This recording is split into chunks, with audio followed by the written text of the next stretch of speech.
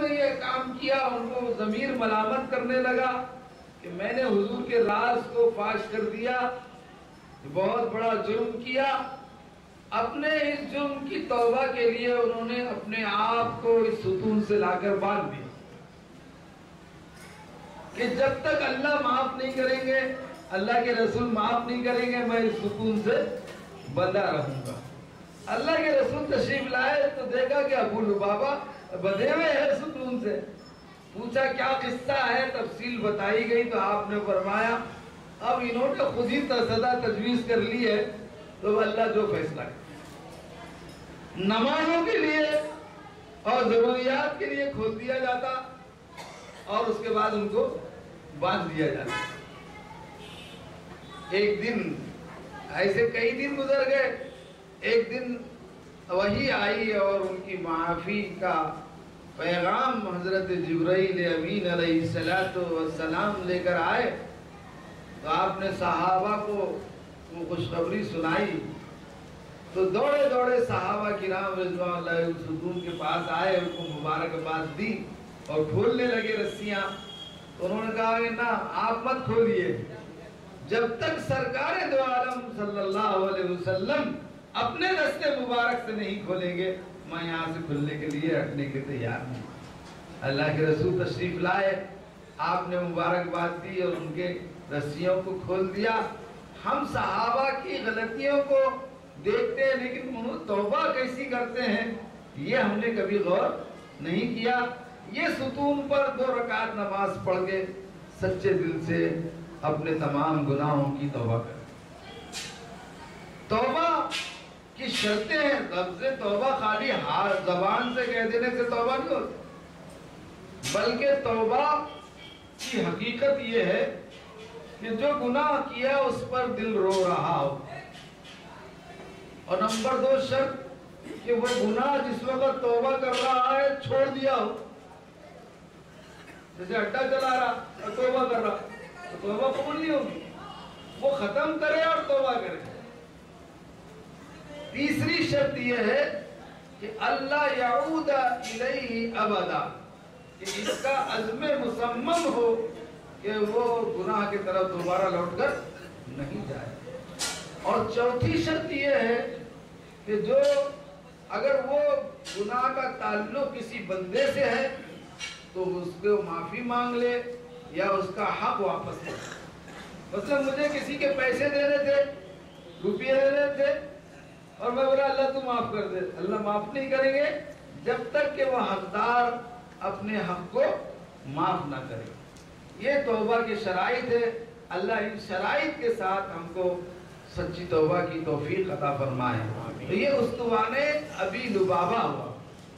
اور ایک ستون، 3 ستون ایسے ہیں جو آدھے مسجد نبوی میں کھلتے ہیں، آدھے روضے کے اندر، آدھے ادھر ہے اور آدھے ادھر ہے، اندر آدھے ہیں آدھے باہر۔ اس میں جو قبلے کے طرف پہلا ستون ہے اس کا نام ہے استوان سریر۔ سریر کہتے ہیں چٹائی۔ وہاں حضرت عائشہ کا حجرے کا دروازہ کھلتا تھا۔